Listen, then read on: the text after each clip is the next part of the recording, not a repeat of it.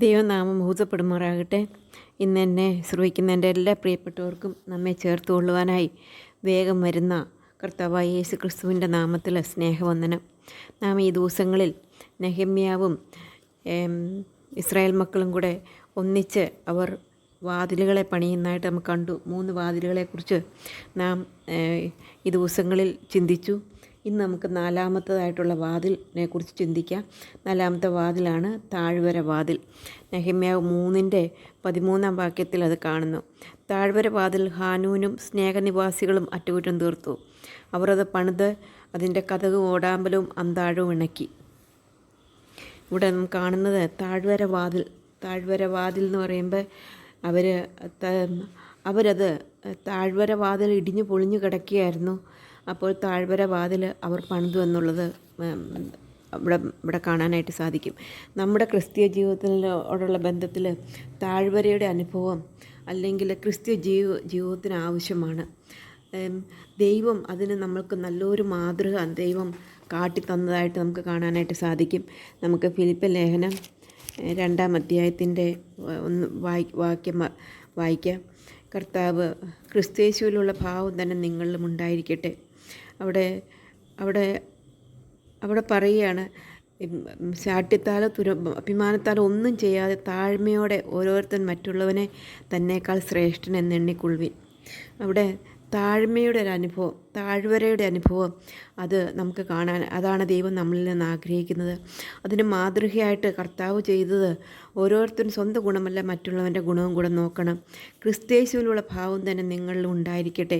അവൻ ദൈവരൂപത്തിലിരിക്കെ ദൈവത്തോടുള്ള സമത്വം മുറുകെ പിടിച്ചുകൊള്ളണമെന്ന് വിചാരിക്കാതെ ദാസരൂപമെടുത്ത് മനുഷ്യ സാദൃശ്യത്തിലായി തന്നെത്താൻ ഒഴിച്ച് വേഷത്തിൽ മനുഷ്യനായി വിളങ്ങി തന്നെത്താൻ താഴ്ത്തി മരണത്തോളം, ക്രൂശിലെ മരണത്തോളം തന്നെ അനുസരണമുള്ളവനായിട്ട് തീർന്നു. കർത്താവിൻ്റെ താഴ്മയെക്കുറിച്ച് നമുക്ക് കാണുവാനായിട്ട് സാധിക്കും. അതുകൊണ്ട് അങ്ങനെ അവൻ താഴ്ന്ന മുഖാന്തരമായിട്ട് അവന് ലഭിച്ചതായിട്ടുള്ള പദവിയെക്കുറിച്ച് അത് തന്നെ നമുക്ക് പിന്നെയും കാണുവാനായിട്ട് സാധിക്കും. തന്നെത്താൻ മരണത്തോളം, ക്രൂശിലെ അനുസരണമുള്ളവനായി തീർന്നത് മുഖാന്തരമായിട്ട് അതുകൊണ്ട് ദൈവം അവനെ ഏറ്റവും ഉയർത്തി സകല നാമത്തിനും മേലായ നാമം നൽകി. അങ്ങനെ യേശുവിൻ്റെ നാമത്തിങ്കൽ സ്വർലോകരുടെയും ഭൂലോകരുടെയും അധോലോകരുടെയും മുഴങ്കാലൊക്കെ മടങ്ങുകയും എല്ലാ നാവും യേശു ക്രിസ്തു കർത്താവ് എന്ന പിതാവായ ദൈവത്തിൻ്റെ മഹത്വത്തിനായി ഏറ്റുപറയുകയും ചെയ്യേണ്ടി വരും. കർത്താവ് മാതൃക നന്നയിച്ച് പോയതാണ്. നാം താണാൽ, ആ താഴ്വരയുടെ അനുഭവം നമ്മുടെ ജീവിതത്തിൽ ഉണ്ടായാൽ ഉയർച്ച ഉണ്ടാകും എന്നുള്ളത് നമുക്ക് മനസ്സിലാക്കുവാനായിട്ട് സാധിക്കും. കർത്താവ് അതിന് നല്ലൊരു മാതൃകയായിരുന്നു. കർത്താവ് ഈ ലോകത്തിൽ ജീവിക്കുന്ന സമയത്തും അത് ശിഷ്യന്മാരോട് പല പ്രാവശ്യങ്ങളായിട്ട് പല രീതിയിലായിട്ട് അവർക്ക് മനസ്സിലാക്കി കൊടുക്കുവാനായിട്ടും കർത്താവ് ഇതെടുത്തു. മത്തായി എഴുതിയ സുവിശേഷം 20-ാം അധ്യായത്തിൻ്റെ 24 മുതലുള്ള വാക്യങ്ങളിൽ യേശു അവരെ അടുക്ക വിളിച്ചു, ജാതികൾ അധിപന്മാർ അവരിൽ കർത്തൃത്വം ചെയ്യുന്നു എന്നും മഹത്തുക്കൾ അവരിൽ മേൽ അധികാരം നടത്തുന്നു എന്നും നിങ്ങൾ അറിയുന്നു. നിങ്ങൾ അങ്ങനെയരുത്. നിങ്ങളിൽ മഹാനാകുവാൻ ഇച്ഛിക്കുന്നവനല്ല നിങ്ങളുടെ ശുശ്രൂഷക്കാരനാകണം. നിങ്ങൾ ഒന്നാമനാകുവാൻ ഇച്ഛിക്കുന്നവനല്ല നിങ്ങളുടെ ദാസനാകണം. അത് കഴിഞ്ഞിട്ട് പറയണം, മനുഷ്യപുത്രൻ ശുശ്രൂഷ ചെയ്യിപ്പാനല്ല ശുശ്രൂഷിപ്പാനും അനേകർക്ക് വേണ്ടി തൻ്റെ ജീവനെ മറുവിലയായി കൊടുപ്പാനും വന്നതുപോലെ തന്നെ ഒന്നാമനാകുവാൻ ആഗ്രഹിക്കുന്നവനെല്ലാം ദാസനായിട്ട് തീരണം. അതാണ് ദൈവത്തിൻ്റെ മക്കളിൽ നിന്ന് ആഗ്രഹിക്കുന്ന കാര്യം എന്നുള്ളത് മനസ്സിലാക്കുവാനായിട്ട് സാധിക്കും. തന്നെത്താൻ താഴ്ത്തുന്ന അനുഭവം, അങ്ങനെയാണെങ്കിൽ മാത്രമേ ഉയരുവാനായിട്ട് സാധിക്കുകയുള്ളൂ എന്ന് ദൈവത്തിൻ്റെ വചനത്തിൽ നിന്ന് നമുക്ക് മനസ്സിലാക്കുവാനായിട്ട് സാധിക്കും. നമുക്ക് പത്രോസിൻ്റെ ജീവിതത്തെക്കുറിച്ചൊന്ന് നോക്കിയാൽ അവരോട് പറഞ്ഞു, ഈ രാത്രിയിൽ നിങ്ങളെല്ലാവരും എങ്കിലിടറും. ഞാൻ ഇടയനെ വെട്ടും, കൂട്ടത്തിലെ ആടുകൾ ചിതറിപ്പോകും എന്ന് എഴുതിയിരിക്കുന്നുവല്ലോ. എന്നാൽ ഞാൻ ഉയർത്തെഴുന്നേറ്റ ശേഷം നിങ്ങൾക്ക് മുമ്പായി ഗലീലയ്ക്ക് പോകും. ഈ പറഞ്ഞതൊന്നും പത്രോസ് കേട്ടില്ല.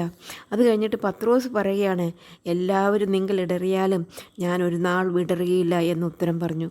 പത്രോസ് തന്നെ അവനെ തന്നെ താഴ്ത്തുന്നതിന് പകരമായിട്ട് ഞാൻ മറ്റുള്ളവരിൽ നിന്നും വ്യത്യസ്തനല്ല, എൻ്റെ ജീവിതം മറ്റുള്ളവരെ പോലെ തന്നെയാണ്, ഞാൻ പതറിപ്പോകാൻ ചാൻസ് ഉണ്ട് എന്ന് മനസ്സിലാക്കുന്നതിന് പകരമായിട്ട് പത്രോസ് പറയുകയാണ്, എല്ലാവരും നിങ്ങൾ ഇടറിയാലും ഞാൻ ഇടറുകയില്ല. അത് കഴിഞ്ഞതിന് ശേഷം കർത്താവ് അവനോട് വീണ്ടും പറയുന്നുണ്ട്, നീ 3 വട്ടം എന്നെ തള്ളിപ്പറയും ഞാൻ സത്യം.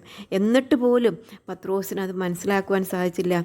നിന്നോടുകൂടെ മരിക്കേണ്ടി വന്നാലും ഞാൻ തള്ളിപ്പറയുകയില്ല എന്ന് പത്രോസ് അവരോട് പറഞ്ഞു. അതുപോലെ തന്നെ ശിഷ്യന്മാരെല്ലാവരും പറഞ്ഞു. എന്നിട്ട് സങ്കടകരമെന്ന് പറയട്ടെ, പത്രോസ് കർത്താവിനെ തള്ളിപ്പറവാനായിട്ട് ഇടയായിട്ട് തീർന്നു. അപ്പോൾ താഴ്വരയുടെ അനുഭവം നമ്മുടെ ക്രിസ്തീയ ജീവിതത്തിൽ വേണമെന്ന് കർത്താവ് നമ്മളിൽ നിന്ന് ആഗ്രഹിക്കുന്നു എന്നുള്ളത് നമുക്ക് ദൈവത്തിൻ്റെ വചനത്തിൽ നിന്ന് നമുക്ക് മനസ്സിലാക്കുവാനായിട്ട് സാധിക്കും. 1 പത്രോസ് 5:6 വാക്യത്തിൽ നമ്മൾ കാണുന്നു. 1 പത്രോസ് 5:6 വാക്യത്തിൽ നാം കാണുന്നത്, അവിടെ ഇളയവരെ മൂപ്പന്മാർക്ക് കീഴടങ്ങുവിൻ, എല്ലാവരും തമ്മിൽ കീഴടങ്ങി താഴ്മ ധരിച്ചുകൊള്ളുവിൻ. അതൊരാഭരണമായിട്ട് ധരിക്കുവാനാണ് കർത്താവ് ആഗ്രഹിക്കുന്നത്. ദൈവം നിഗളികളോട് എതിർത്ത് നിൽക്കുന്നു, താഴ്മയുള്ളവർക്കോ അവൻ കൃപ നൽകുന്നു. അതെ, താഴ്വരയുടെ അനുഭവം, താഴ്മയുടെ അനുഭവം. നിഗളികളോട് കർത്താവ് എപ്പോഴും എതിർത്ത് നിൽക്കുന്നു. എന്നാൽ താഴ്മയുള്ളവരോട് അവർക്ക് കൃപ നൽകുന്നു. അതുകൊണ്ട് അവൻ തക്ക സമയത്ത് നിങ്ങളെ ഉയർത്തുവാൻ, ദൈവത്തിൻ്റെ ബലമുള്ള കൈക്കീഴിൽ താണിരിപ്പാൻ കർത്താവ് നമ്മളോട് പറയുന്നതായിട്ട് കാണുന്നു. അതുപോലെ യാക്കോബ് 4:10 വാക്യത്തിൽ അത് നമുക്ക് കാണാനായിട്ട് സാധിക്കും. യാക്കോബ് 4:10 വാക്യത്തിൽ കാണുന്നത്, കർത്താവിൻ്റെ സന്നിധിയിൽ താഴ്വീൻ, എന്നാൽ അവൻ നിങ്ങളെ ഉയർത്തും. അപ്പോൾ നമ്മുടെ താഴ്വരയുടെ വാതിൽ പൊളിഞ്ഞു കിടക്കുകയാണോ, ഇടിഞ്ഞു കിടക്കുകയാണോ എന്നുള്ളത് നമ്മളെ തന്നെ ഒന്ന് ചിന്തിക്കുന്നത് നല്ലതാണ്. നമ്മുടെ ജീവിതത്തിൽ യഥാർത്ഥമായിട്ട് താഴ്മയുണ്ടോ? ദൈവത്തിൻ്റെ സന്നിധിയിൽ മറ്റുള്ളവരുടെ മുമ്പാകെ താഴ്ന്നു കാണിക്കുന്നതല്ല താഴ്മ. ദൈവത്തിൻ്റെ സന്നിധിയിൽ നമ്മുടെ ഹൃദയംഗമായിട്ട് നാം താഴുന്നവരാണോ? നാം തന്നെ ഞാനെന്ന ഭാവമില്ലാതെ എന്നിൽ കൂടെ കർത്താവ് മാത്രം എന്നുള്ള ഭാവമാണോ എൻ്റെ ജീവിതത്തിലുള്ളത്? അതോ ഞാനെന്ന ഭാവം ഈവൻ പത്രോസിന് പോലും അതുണ്ടായിരുന്നു. മറ്റുള്ളവർ എല്ലാവരും തള്ളിപ്പറഞ്ഞാലും ഞാൻ തള്ളിപ്പറയുകയില്ല. ഞാനെന്ന ഭാവത്തിലാണോ നാം ജീവിക്കുന്നത്? അതോ കർത്താവിൻ്റെ കൃപ, കർത്താവിൻ്റെ കരുണ, കർത്താവിൻ്റെ ദയയാൽ ഞാനാകുന്നു എന്നുള്ള ആ മനോഭാവത്തിലാണോ നമ്മുടെ ജീവിതം? കർത്താവ് നമ്മളിൽ നിന്ന് ആഗ്രഹിക്കുന്ന താഴ്മയുടെ അവസ്ഥയാണ്. താഴ്മയുള്ളവർക്ക് അവൻ കൃപ നൽകുന്നു, താഴ്മയുള്ളവരെ അവൻ ഉയർത്തുന്നു. അതുകൊണ്ട് കർത്താവിൻ്റെ കൈക്കീഴിൽ താണിരിപ്പാൻ വരുന്ന ദിവസങ്ങളിൽ കർത്താവ് നമ്മളെ സഹായിക്കട്ടെ. അവർ താഴ്വര വാതിൽ പണിതതുപോലെ നമ്മുടെ ജീവിതത്തിൽ താഴ്വരയുടെ വാതിൽ, താഴ്മയുടെ വാതിൽ പൊളിഞ്ഞു കിടക്കുകയാണെങ്കിൽ നമ്മൾക്ക് അത് പണിയുവാനായിട്ട് കർത്താവ് നമ്മളെ സഹായിക്കട്ടെ. അവൻ്റെ വലിയ നാമം മഹത്വപ്പെടുമാറാകട്ടെ.